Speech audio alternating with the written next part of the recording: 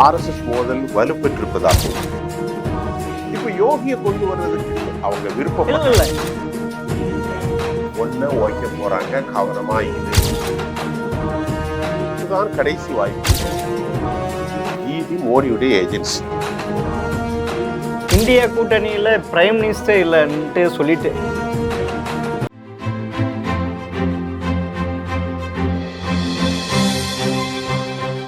GeM TV நேயர்களுக்கு வணக்கம். அரசியல் ஆடுகளத்தில் இன்றைய நிலவரங்களை பற்றி பேசுவோம் பாருங்கள். வணக்கம் சுப்பியான் சார். சார் எப்படி இருக்கீங்க? நல்லா இருக்கேன் சார். என்ன சார் வெயில் கொஞ்சம் பரவாயில்ல, கத்திரி வெயில் இல்லாமல் சவுத்துலாம் மழை பெஞ்சு அடிக்குது போல இருக்கு. சவுத்தில் மழை பெய்யுது, நார்த்தில் அரசியல் வெயில், அரசியல் களம். நம்ம இன்னைக்கு என்ன பேச போறோம் சார்? உங்கள்கிட்ட நிறைய செய்திகளோடு வந்திருப்பீங்க போல. ஆமாம் சார். என்ன சார் கேஜ்ரிவால் வெளியே வந்த உடனே பெரிய குண்டா போடுறாரு. இந்தியா கூட்டணியில் பிரைம் மினிஸ்டர் இல்லைன்ட்டு அவங்க சொல்லிட்டு இருந்தாங்க பாஜக. இவர் என்னடான்னா அங்கே முதலுக்கே மோசம்ன்ட்டு சொல்கிறாரு.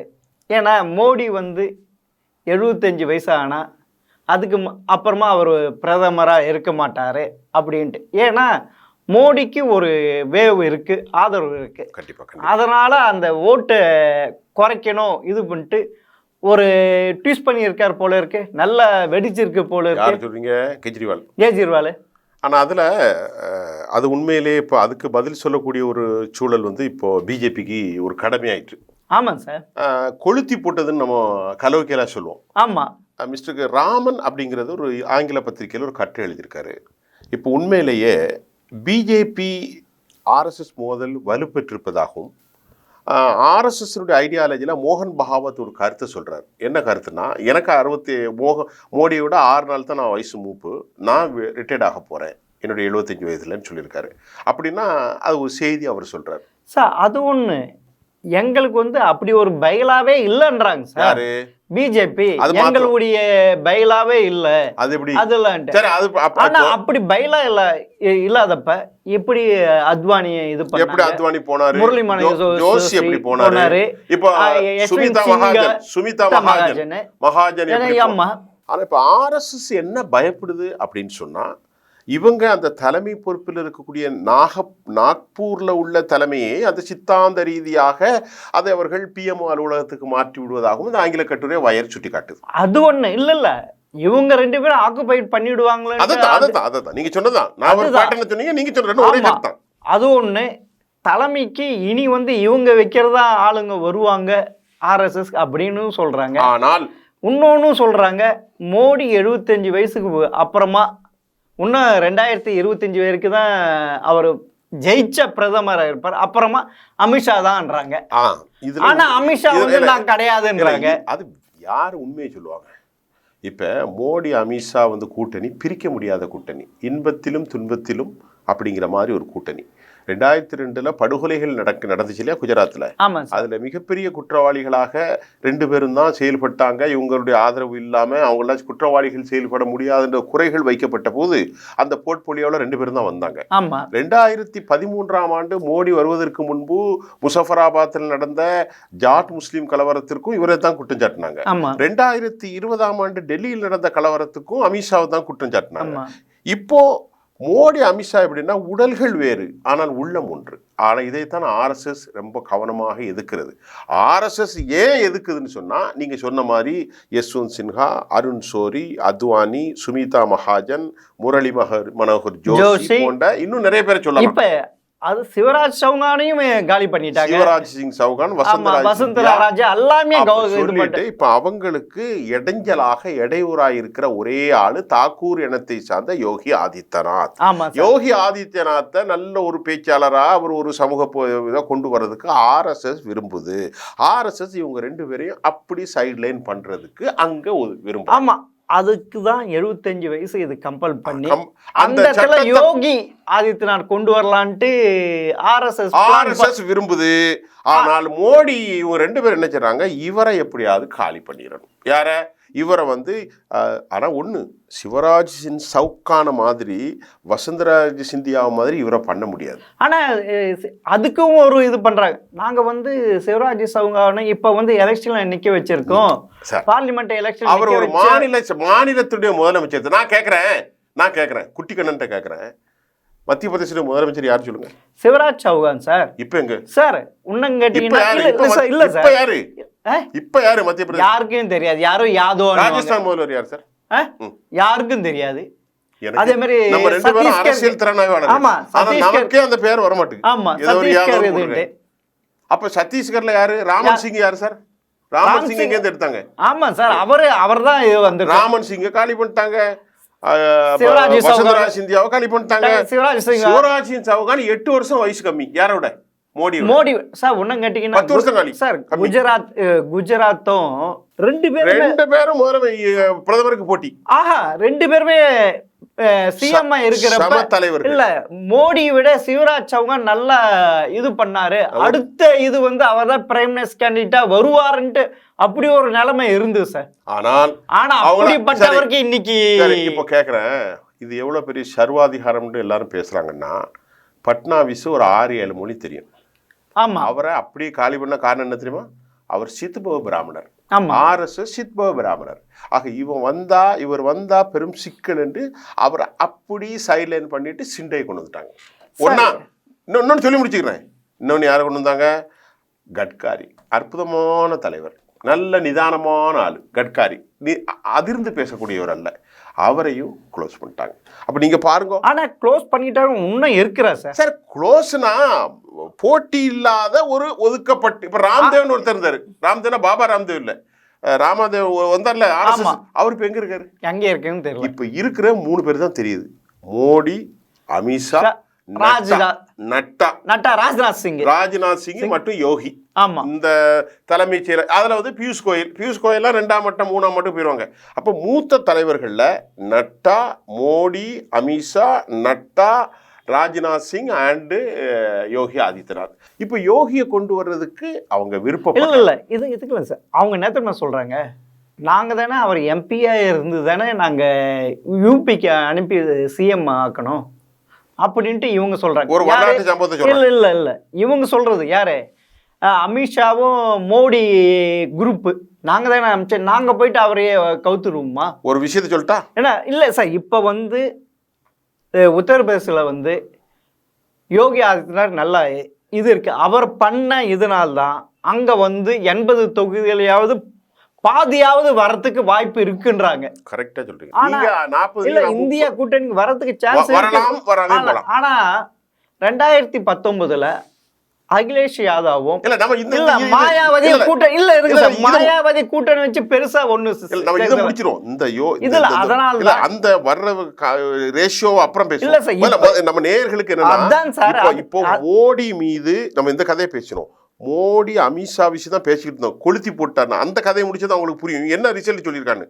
இதுக்கு இடையில தான் கெஜ்ரிவால் ஜெயிலேருந்து வந்து ஒன்றை ஓய்க்க போறாங்க, கவனமா இரு அப்படின்னு ஒரு மெசேஜை யோகிக்கு சொன்னார். ஆமா சார். யோகி அது குறித்து வெளியே பேசவே இல்லை. அப்படியே ஒரு சிரிப்பு. RSS தலைவர்கள் யாரும் கருத்து தெரிவிக்கல. நல்லா கவனிங்க.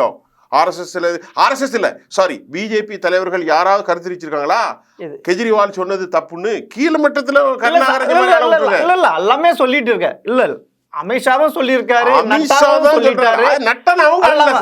ராஜ்நாத் சிங்கும் சொல்லிட்டாங்க சார். நல்ல கவனிங்க குட்டிக்கண்ணன் சார். அமித்ஷா, நட்டா, ராஜ்நாத் சிங் எல்லாருமே அந்த டீம்ல இருக்கிறாங்க. ஆனா பெரும்பான்மையானவர்கள் யாரும் அதை தெரிவிக்கவில்லை. ஆனால் மோடி, இந்த பழைய வரலாறுகளை பார்க்கிற போது மோடி, அமித்ஷா ரகசியமாக நான் போன பிறகு நீ வந்து விடு அப்படிங்கறதான் திட்டம். இப்ப வந்து என்ன தெரியுமா சொல்றாங்க?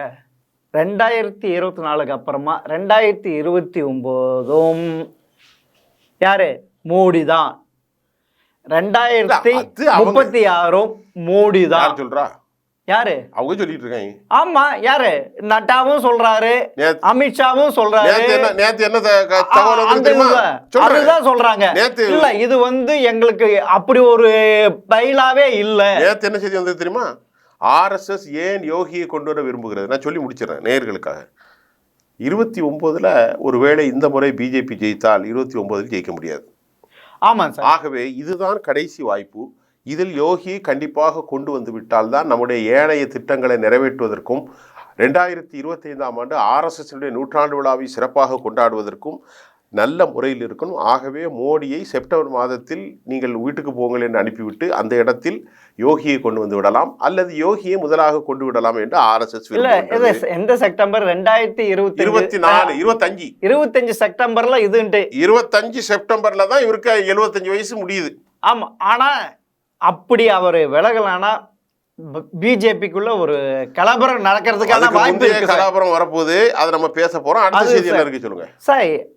இப்ப அரவிந்த் கெஜ்ரிவால் தான் இது கொளுத்தி போட்டாரு. அது முடிஞ்சதே. ஆமா, இப்ப அவருக்கே இப்ப பெரிய பிரச்சனை ஆகி போச்சு சார். என்ன பிரச்சனை?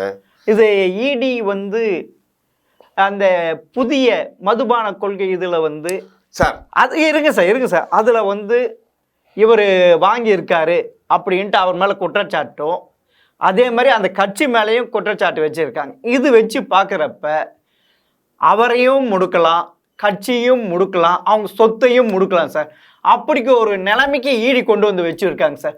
அதாவது முதல்ல இடி இடி மோடியுடைய ஏஜென்சி, என்ஃபோர்ஸ்மெண்ட் டைரக்டர் அரசு இன்ஸ்டிடியூஷன்னாலும் கூட நல்ல கவனிங்க. இதே அசோக் லவாசாங்கிற தேர்தல் ஆணையாளர் கிளீன் சீட்டு கொடுக்கலன்னா அவங்க வீட்டுக்கு இடி அனுப்புனாங்க. ஆமாம் சார். யாரு? தேர்தல் ஆணையாளர். ஆமாம். அது இன்னைக்கும் அவருடைய ஒய்ஃப் ஒரு பிளாட் வாங்கிச்சான், அசோக் லாவாசா. ஆமாம். அவர் கிளீன் சீட்டு கொடுக்கல. அதே போன்று அவங்க கூட இருக்கக்கூடிய நம்முடைய பிரபுல்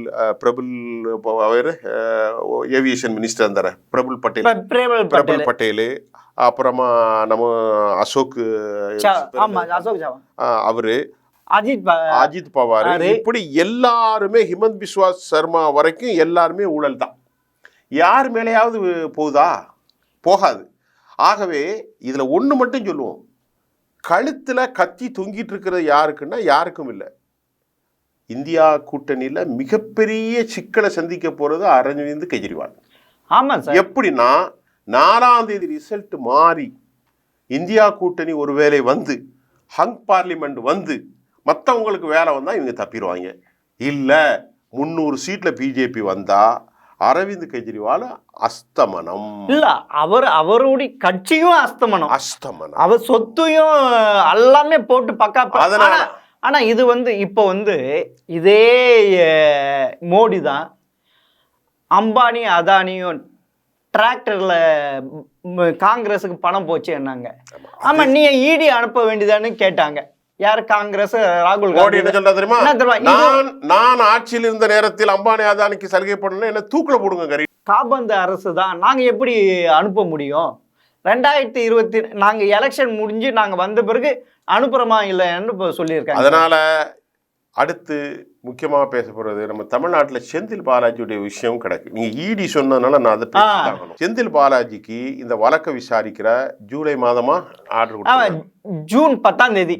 அதுக்கு 10ஆம் தேதிக்கு முன்னால அண்ணாச்சி உள்ள போய் இருக்கிற ஒரு வருஷம் கம்ப்ளீட் ஆயிருக்கு. ஆமா, அதனால அவங்களுடைய சிஷியர்கள் எல்லாம் அண்ணன் உள்ள போய் நாளைக்கு வந்துருவாரு, அட பாவியலா, ஒரு வருஷமா அண்ணனை உள்ள வச்சுட்டீங்களேன்னு பதட்டத்தில் இருக்காங்க. கரூர் பகுதியில் உள்ள அண்ணாச்சியுடைய ஆட்கள். இல்லை, இந்த வாட்டி எப்படியும் ஜாமீன் கிடைச்சிட்டு எதிர்பார்த்தாங்க. ஏன்னா அரவிந்த் கெஜ்ரிவாலுக்கு கிடைச்சிருக்கு. அதே மாதிரி ஏன்னா இவங்க சொன்னது உடம்பு சரியில்லை, ரொம்ப கஷ்டத்தில் இருக்காரு, இதெல்லாம் எடுபடல. எத்தனை தடவை போயிருக்காங்க? 119. இல்ல சுப்ரீம் கோர்ட்ல அவருக்கு விட்டுற மாதிரி இவருக்கு விட்டுருவாங்கன்ட்டு எதிர்பார்த்தாங்க.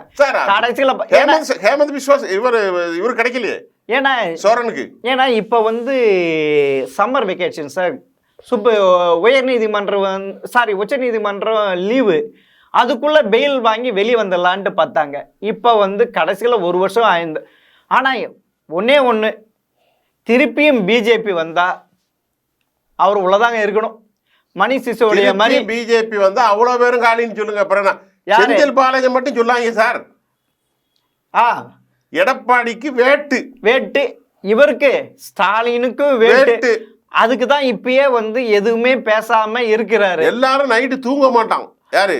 குட்டிக்கண்ணனும் சுஃபியானுக்கும் ஒன்றும் கிடையாது, துண்டை வச்சுட்டு அங்கே 2 இட்லி சாப்பிட்டு நம்ம பாட்டுக்கு இருப்போம்.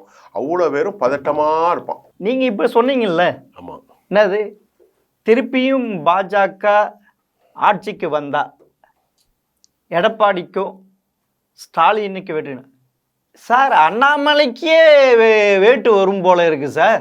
கமலாலயே அப்படி பத்திக்கிட்டு இருக்கு சார். புது கதை பேசுறீங்க. அண்ணாமலை அவர் கட்சியில் சார் உள்ள தமிழ்நாட்டு இல்லை தலைவர் சார், எலெக்ஷனுக்கு எது ஏப்ரல் 19 நடந்தது இல்லை, 40 பார்லிமெண்ட் தொகுதிக்கு அப்ப ஆமாம் சார், ஒரு தொகுதிக்கும் 15 ஸ்வீட் பாக்ஸ் அமைச்சிருக்காங்க. 15 சி ஆ பெரிய ஸ்வீட் பாக்ஸ். ஆமா, கிருஷ்ணா ஸ்வீட். ஆமா, அதே மாதிரி அமிச்சாங்கல்ல. திடீர்னு படம் பார்த்தோன்னே சரியா டிஸ்ட்ரிபியூட் பண்ணாம அமிட்டாங்க. அதை பத்தி ஒரு தகவல் இருக்கு சார். உன்ன கேட்ட பூத் ஏஜென்ட்டுக்கே கொடுக்கலையா சார்? அதைத்தான் பூத் கமிட்டிக்கு ஆளுக்கு ஒரு 1000 ரூபா கொடுப்பான். ஆமா சார், அது கூட கொடுக்கல. இல்ல அப்ப இது அங்க போயிட்டான் டெல்லிக்கு. அவங்க இப்போ என்ன செய்யறாங்க, அமித்ஷா கொஞ்சம் இருங்கப்பா, விவகாரம் முடியிட்டு வச்சுக்கிறேன். இல்ல எதுக்கு இவங்க போட்டாங்கன்னா, ஏன்னா நார்த் இந்தியாவில் சில இப்போ ராஜஸ்தான் ஃபுல்லாக வந்தது சார், ஹரியானாவில் ஃபுல்லாக வந்தது, சத்தீஸ்கரில் ஃபுல்லாக வந்தது, மத்திய பிரதேசம் ஃபுல்லாக வந்தது. ஆனால் இந்த வாட்டி அதேமாரி வர முடியாது. அதுக்கு ஈடு கட்டுறதுக்கு தான் சவுத் இந்தியாவில் அவங்க கவனம் செலுத்தலாம். குறிப்பாக தமிழ்நாட்டிலே கவனம் செலுத்தினாங்க. எப்படியாவது ஒரு 5-6 தொகுதி நம்ம வின் பண்ணால் நல்லா இருக்குமேன்ட்டு தான் அவ்வளோ இறக்குனாங்க. கடைசியில் இவங்கள ஆட்டை போட்டுட்டாங்க. ஆட்டையை போட்டு இப்போ இதில் சிக்க போகிறது யாருன்ட்டு தெரியல. ஆனால் பல பேர் சிக்குவாங்க.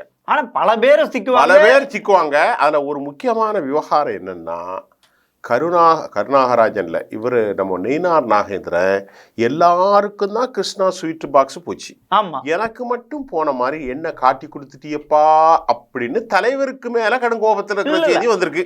அது உண்மையா பொய்யா? அவர் அதுவும் இருக்கு. இல்ல அது உண்மையா பொய்யா? உண்மைதான் சார். அதுக்கு மேல அவர் அதுவும் எதிர்பார்க்க தான் சொந்த காசு தான். யாரு?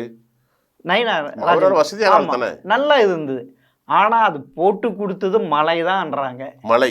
ஆமா, ஆனா மலை என்னன்னா, மலை எப்பவுமே போலீஸ் தலையா தான் இருக்கு. அது ஒரு கிரிமினல் நடவடிக்கைகள்ல ஒரு எஸ்பியா இருந்த மனுஷன் அதே புத்தியில தான் தம்பி மலை இருக்கார். ஆமா சார். அரசியல் எல்லோரையும் அரவணைப்பது, அன்போடு செல்வது. நல்லா கவனிங்க. கருணாநிதியுடைய சூட்சம் என்ன தெரியுமா சார்? யாரா இருந்தாலும் அப்படியே தட்டி கொடுத்து போவார். ஒரு அரசியல் தலைவன் இப்ப கேடி ராகவன்ல இருந்து அவ்வளவு பேரையும் காட்டி கொடுத்தது இவர் தான். ஆமா சார் அப்படின்னு எல்லாரும் பேசுறாங்க. சொந்த கட்சிக்காரனே காட்டி கொடுத்து எல்லாருமே வெளியே போற காரணம் இவர். சின்ன வயசுல ஒரு 40 வயசுல நீ அரசியல் கட்சி நடத்துவதற்கு தகுதியற்ற முறையில் கூட இருந்தே குளிபறித்தால் நெய்னார் போன்ற மூத்த தலைவர்கள் மனம் எந்த அளவுக்கு பாதிக்கும்? அம்மாவுடைய காலத்திலே அரசியலுடைய ஆளுமை நெய்னார் நாகேந்திரன் இல்ல மினிஸ்டராவும் இருந்தவர் சார். மினிஸ்டராவும் இருந்தவர் சார். அவரை போய் காட்டி கொடுத்தால் என்று அவர் வருத்தப்படுகிறார். இல்ல எதுக்கு தெரியுமா? தப்பி தவறி 2000 இந்த பார்லிமெண்ட் எலெக்ஷன்ல அண்ணாமலைக்கு தலைவர் போஸ்ட் கிடைக்குமோ தொடர் கஷ்டமா இருக்கு. திருப்பியும் நயினார் நாகேந்திரன் வரதுக்கு வாய்ப்பு இருக்குன்னு சொல்றாங்க. அதுக்கு இப்பயே இவர் பிளான் பண்ணி அடிக்கிறாரு. நயினார் நாகேந்திரன் ஒரு தென் மாநில தலைவர் ஏடிஎம்கேயோட பேசினார், முன்னால் இருந்த கட்சியோடு பேசுகிறார் என்ற செய்தி வந்திருக்கிறது. அந்த கட்சி சரியாக இல்லாதனால் வேறொரு கட்சியிலையும் பேசிக்கிட்டு இருக்கார் அப்படின்னு வருது. அது ஒருவேளை நயினாராக இருக்கலாமோ? அப்படிதான் இருக்கலாமோ? தென் மாநில தலைவர் வலுவான தலைவர் யாரு? இவர் தானே. ஏன்னா இவர் இப்போ மகாராஷ்டிரால நடக்கிற பார்லிமெண்ட் எலெக்ஷன் தேர்தல் பிரச்சாரத்துக்கு போனார். அது போகத்தானே செய்வாங்க. அங்கிருந்து போய் நாகப்பூர் RSS ஹெட் குவார்டர்ல இந்த சம்பந்தமா பேசியிருக்காரு. இல்ல எனக்கு அப்பாயின்மெண்ட் வாங்கி கொடுங்க, அவங்க கிட்ட பேசுறேன், நான் வாங்கி தரேன்ட்டு சொல்லிட்டு மலை ஏமாத்திட்டாரு. மலையிட்டு தான் கேட்டிருக்காரு இவரு. ஆமா, மலையை ஏமாத்திட்டு இருக்காரு. அது எப்படி கொடுப்பாரு? ஆமா, இவர் அவர் மேலதானே புகார் வாசிக்க போறாரு. ஆமா, புகார் வாசிக்கிற மலைகிட்ட போய் ஓ மேல புகார் வாசிக்கிற மலையே எனக்கு ஒரு அப்பாயின்மெண்ட் தான், மலை எப்படி பெய்யும்? பெய்யாது. டி நகர் இருக்கிற கமலாலயத்தை ஆபீஸ் சின்னதா இருக்கு, பெருசா கட்டணுன்ட்டு எங்கெங்கேயும் இடம் தேடிட்டு இருக்கு. அது உண்மைதானே சார்? அப்படி ஒரு செய்தி வந்திருக்கு. அந்த செய்தியில சக்கரவர்த்திக்கும் நம்ம நாகராஜருக்கும் கடும் மோதலாம். இடத்துக்கு நீ கார் விடுறதுக்கெல்லாம் ஒரு 1.5 ஏக்கர் பெரிய இடமா வாங்குன்னு சொல்லி பூந்தமல்லியில பார்த்துருக்காங்க. அந்த இடத்த சக்கரவர்த்தி சொல்லும் போது அதுக்கு தடை செஞ்சாரா நம்ம நாகராஜன், நம்ம கருணாகராஜன். ஏன்னா ரொம்ப தூரமா இருக்கு. பூந்தமல்லியில அந்த ஒரு மெடிக்கல் காலேஜ் சவிதாங்கிற அது பக்கத்துல பார்த்துருப்பாரு நினைக்கிறேன். இப்போ அதை விட்டுட்டு ஐயாவு மஹால்னு ஒண்ணுல இங்க வச்சிருக்காங்க.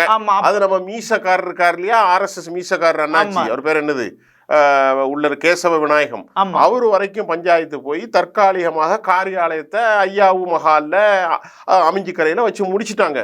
ஆனால் கருணாகராஜன் ஓவர் டாமினேஷன் பண்றாரு. சக்கரவர்த்தி தான் அவரை அறிமுகமே படுத்தி அவரை இப்போ அவர் மட்டம் தட்ட போறாரு. ஆமா, கருணாகராஜன் யார் தெரியுமா சார்? தென் மாவட்டத்தில் உள்ள ஒரு சாதாரண ஒரு மனுஷன்.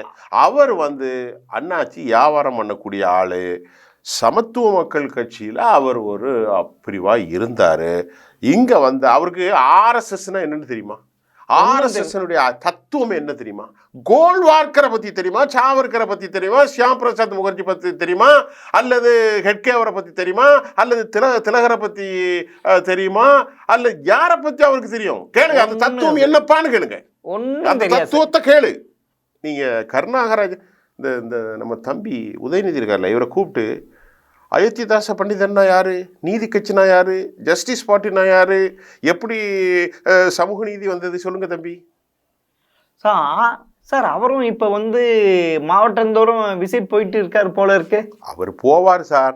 இதெல்லாம் எப்படின்னா, ஒரு இறை தூதர் சொல்றாரு, இறை தூதர் ஒருத்தர், பின்னொரு காலம் வரும், தகுதியற்றவர்களிடம் தகுதியான பொறுப்புகள் ஒப்படைக்கப்படும். அதான் நடக்கு. இது எல்லாத்துக்கும் அப்ளை பண்றது. நான் சொல்றது இவர் அவர்கள் சொல்ல. பின்னொரு காலம் வரும், இறை தூதர் சொல்றாரு, அந்த காலத்தில் தகுதியே இல்லாதவன்ட்ட தகுதியான பொறுப்புல வருவாங்க. இப்ப அதான் நடக்கு. அப்பதான் நடக்குது. எல்லா செக்டரும் சொல்றேன், எல்லா கட்சி, எல்லா கூட்டம், எல்லா இடங்களும் அது நடக்கு. அது ஒண்ணு சார், ஜூன் 4ஆம் தேதிக்கு அப்புறமா அவர் துணை முதல்வர் ஆயிடுவாருன்ட்டு அதுவும் சொல்றாங்க. யாரு? நீங்க சொன்ன உதயநிதி. அது பழைய செய்தியை போயிட்டே அது கன்க்ளூசிவ், அதாவது அது ஒரு முடிவாக இல்லை. ஆனா அதுல ஒண்ணு சந்தேகம் இருக்காது. நிறைய என்ன சந்தேகம் இருக்கு? அது இல்ல, நிறைய மாவட்ட செயலர்கள்லாம் பதவி போயிடும்னு சொல்றாங்க. ஏன்னா எலெக்ஷன்ல சரியா வேலை செய்யல, உள்ளடி வேலை எல்லாம் செஞ்சிருக்காங்க. ஏற்கனவே இந்த களத்துல பேசிட்டோம். நம்முடைய மு.க. ஸ்டாலின் எல்லாத்தையும் கூப்பிட்டு கடுமையா வார்ன் பண்ணியிருக்காராம். நீங்கள் ஸ்வீட் பாக்ஸ் எல்லாம் ஒழுங்காக கொடுக்காததாகவும் கேள்வி. ஸ்வீட் பாக்ஸ் பெரிய பிரச்சனை. மருமக சபரீசன் அவருடைய நிறுவனம் பெண் தான் இது. இந்த இவ்வளவு டீட்டெயிலும் கொடுத்துருக்கு. இல்லை போனா 2026 காலி அப்படின்ட்டு சொல்றாங்களா? சரி, அது நம்ம என்னங்கிறத பேசுவோம். வேற என்ன சார் செய்தி இருக்கு சார்? இப்போ பார்த்தீங்கன்னா, இப்போ நார்த் இந்தியாவில் குறிப்பாக இந்த 4ஆம் கட்ட தேர்தலில் ஆந்திரா தெலுங்கானா முடிஞ்ச உடனே ஆரம்பிச்சிட்டாங்க சார். எப்படி கொளுத்தி போட்டிருக்காரு பார்த்தீங்களா சார்? இப்போ இதே முஸ்லீம்க்கு எதிராக இது பண்ணியிருக்காரு. அதுக்கு நான் அப்படியே சொல்லலைன்ட்டு அப்படியே டபாலடியா அடிச்சிட்டாரு. மோடி அதிகமா குழந்தை பெற்றிருக்கேன், நான் அவங்கள சொல்லலை, ஏழைங்களை தான் அதிகமா குழப்பத்திருக்கவங்க. ஏன்னா முஸ்லீமும் இந்துக்களையும் நான் பிரிச்சு பார்க்க அப்படி ஒரு எண்ணம் எனக்கு கிடையாது. அது கொளுத்தி போட்டிருக்கான். இப்போ என்னன்னா, மோடி ஒரு அன்லீஸ்ட் பிரைம் மினிஸ்டராக இல்லை, ஒரு அரசியல் கட்சி தலைவராகிட்டார். அவர் ஒரு கண்ணியமான போஸ்ட்டு, ஆனால் அவர் கட்டுப்படுத்த முடியாத ஒரு ஆன்சைட்டி மூட்டில் போயிட்டார். அதனால தான் சின்ன பிள்ளையில் நான் ஈதுலலாம் சாப்பிடுவேன், அவங்களோட நெருக்கமாக இருப்பேன். உலகத் தலைவர்கள், முஸ்லீம்கள் எல்லோரும் என்னை ரொம்ப மன்னிப்பாக வச்சுருக்கேன். நான் அப்படிலாம் பேசினா ஒரு அன்ஃபிட் ஃபார் த பொசிஷன், இந்த பொசிஷனுக்கு நான் இல்லை சொல்லிவிட்டு மறுநாள் சொல்கிறாரு, நான் ஒரு காலமும் முஸ்லீம்களை பற்றி அப்படி தவறாக நினைச்சவே மாட்டேன்னு சொல்லிட்டு மறுநாள் பிரச்சாரத்தில் பேசுகிறாரு. 15% இந்தியாவினுடைய பட்ஜெட்டில் முஸ்லீம்களுக்கு ஒதுக்க போகிறாங்க, கவனமாக இருங்க, இந்து பட்ஜெட்டு முஸ்லீம் பட்ஜெட்னு போடுறாங்கன்ட்டு சொல்லி அவர் மறுபடியும் அது 2008 UP1 கவர்மெண்ட்ல இது நடந்திருக்கு சார். சரி, அந்த இதுதான் அவர் எடுத்து விட்டு இருக்காரு. ஆனா சிறுபான்மையருக்குன்னு சொல்லியிருக்காரு. சிறுபான்மையினா ஒன்லி முஸ்லிமா? அப்படி பேசுறது மட்டும் இல்லாமல் ரொம்ப வரம்பு மீறி அஜ்மல் கசாபை பாதுகாப்பதற்கு காங்கிரஸ் நடவடிக்கை.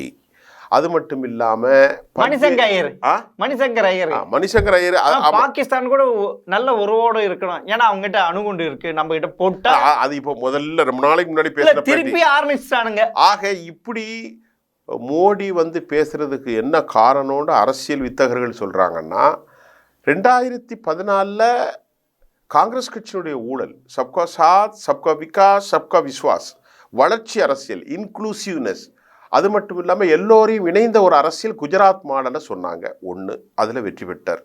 2019 ஜிண்டோயிசம், நேஷனலிசம், அதாவது புல்வாமா, பாலாகோட், தேசிய பாதுகாப்பா, தேசத்தினுடைய பாதுகாவலரா, தேசத்தினுடைய வரக்கூடிய த்ரெட்டனுக்கு ஒரு கதாநாயகனாக கொண்டு வரப்பட்டார். இந்த ரெண்டும் இல்லாத, அலை இல்லாத இந்த 3வது தேர்தலில் அவங்க எடுத்துக்கிறது வேலையின்மை, வளர்ச்சியின்மை, அதே மாதிரி ரேட்டு பயங்கரமாக, விலைவாசி உயர்வு, கேஸ் உயர்வு, பெட்ரோல், இப்படி நிறைய. நீங்க இப்படி சொல்றீங்களா? அதே இடத்துல நீங்க இவ்வளவு இது சொல்லிருக்கீங்க. அதே வந்து அவங்க டாய்லெட்டுக்கு கட்டி கொடுத்தது, வீடு கட்டி கொடுத்தது, ரேஷன், இது அதுதான் எடுபடுதுன்றாங்க. இல்ல அது இல்ல, அது எடுபடுது. இது கொஞ்சம் டவுன் ஆக்கிறது. அது நீங்க சொன்ன பெருசு லெவல வெடிக்கல சார். நானே எடுத்து கொடுக்குறேன்.